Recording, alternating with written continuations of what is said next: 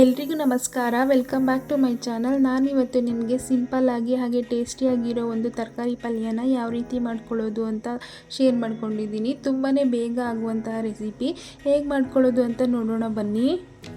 ಮೊದಲಿಗೆ ನಾನು ಒಲೆ ಮೇಲೆ ಒಂದು ಪಾತ್ರೆನ ಇಟ್ಕೊಂಡು ಪಾತ್ರೆ ಬಿಸಿ ಆದಮೇಲೆ 2 ಟೇಬಲ್ ಸ್ಪೂನಷ್ಟು ಆಯಿಲ್ನ ಸೇರಿಸ್ಕೊಂಡಿದ್ದೀನಿ. ಆಯಿಲ್ ಬಿಸಿ ಆದಮೇಲೆ ಒಂದು 1/4 ಟೀ ಸ್ಪೂನಷ್ಟು ಸಾಸಿವೆ ಹಾಗೆ 1/4 ಟೀ ಸ್ಪೂನಷ್ಟು ಜೀರಿಗೆನ ಸೇರಿಸ್ಕೊಂಡು 1 ಟೇಬಲ್ ಸ್ಪೂನಷ್ಟು ಕಡಲೆಬೇಳೆನ ಸೇರಿಸ್ಕೊಂಡಿದ್ದೀನಿ. ಈ ಕಡಲೆಬೇಳೆ ಕಲರ್ ಸ್ವಲ್ಪ ಚೇಂಜ್ ಆಗೋವರೆಗೂ ಚೆನ್ನಾಗಿ ಫ್ರೈ ಮಾಡ್ಕೊಳ್ಬೇಕಾಗುತ್ತೆ. ಅಥವಾ ನಿಮಗೆ ಕಡಲೆಬೇಳೆ ಇಷ್ಟ ಇಲ್ಲ ಅಂದರೆ ಸ್ಕಿಪ್ ಕೂಡ ಮಾಡ್ಬೋದು. ಹಾಗೆ ಇದ್ರ ಜೊತೆಗೆ ಒಂದು ಸಣ್ಣ ಈರುಳ್ಳಿನ ಕಟ್ ಮಾಡಿ ಸೇರಿಸ್ಕೊಂಡಿದ್ದೀನಿ. ಈ ಈರುಳ್ಳಿನ 1 ನಿಮಿಷ ಚೆನ್ನಾಗಿ ಫ್ರೈ ಮಾಡ್ಕೊಂಡಿದ್ದಾದಮೇಲೆ 2 ಹಸಿ ಮೆಣಸಿನ್ಕಾಯಿ ಹಾಗೆ ಸ್ವಲ್ಪ ಕರಿಬೇವಿನ ಸೊಪ್ಪನ್ನು ಕೂಡ ಸೇರಿಸ್ಕೊಂಡು 2 ರಿಂದ 3 ನಿಮಿಷ ಫ್ರೈ ಮಾಡ್ಕೊಳ್ಳೋಣ.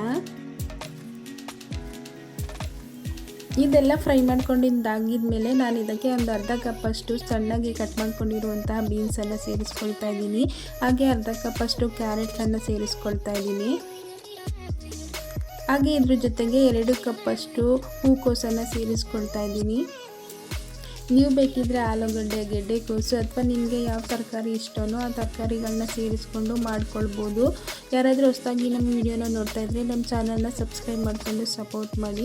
ಈ ಒಗ್ಗರಣೆಯಲ್ಲಿ ಈ ತರಕಾರಿಗಳನ್ನ 1-2 ನಿಮಿಷ ಚೆನ್ನಾಗಿ ಫ್ರೈ ಮಾಡ್ಕೊಳ್ಳೋಣ. ಇದೆಲ್ಲ ಚೆನ್ನಾಗಿ ಫ್ರೈ ಮಾಡ್ಕೊಂಡಿದ್ದಾದಮೇಲೆ ನಾನು ಇದಕ್ಕೆ ಒಂದು ಅರ್ಧ ಕಪ್ಪಷ್ಟು ನೀರನ್ನು ಸೇರಿಸ್ಕೊಳ್ತಾ ಇದ್ದೀನಿ. ಈ ನೀರನ್ನು ಸೇರಿಸಿದ ಮೇಲೆ ಒಂದು ಸಲ ಚೆನ್ನಾಗಿ ಮಿಕ್ಸ್ ಮಾಡ್ಕೊಳ್ಳೋಣ.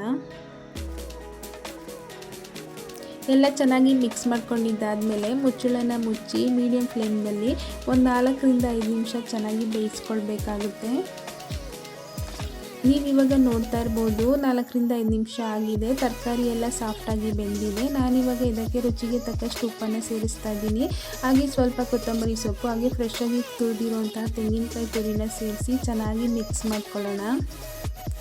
ಇಷ್ಟೇ ಈ ರೆಸಿಪಿ. ಕ್ವಿಕ್ಕಾಗಿ ಬೇಗನೆ ಆಗುತ್ತೆ. ಹಾಗೆ ಊಟಕ್ಕೆ ಸೈಡ್ ಡಿಶಲ್ಲಿ ಕೂಡ ಮಾಡ್ಕೊಳ್ಬೋದು ಅಥವಾ ಚಪಾತಿ ರೊಟ್ಟಿಗೆಲ್ಲ ತುಂಬಾ ಚೆನ್ನಾಗಿರುತ್ತೆ. ನೀವು ಒಂದ್ಸಲ ಈ ರೆಸಿಪಿನ ಟ್ರೈ ಮಾಡಿ. ಹಾಗೆ ಈ ವಿಡಿಯೋ ಇಷ್ಟ ಆಗಿದ್ದರೆ ಲೈಕ್ ಮಾಡಿ, ಶೇರ್ ಮಾಡಿ, ಕಮೆಂಟ್ ಮಾಡಿ. ನಮ್ಮ ಚಾನಲ್ನ ಸಬ್ಸ್ಕ್ರೈಬ್ ಮಾಡಿಕೊಂಡು ಸಪೋರ್ಟ್ ಮಾಡಿ. Thanks for watching.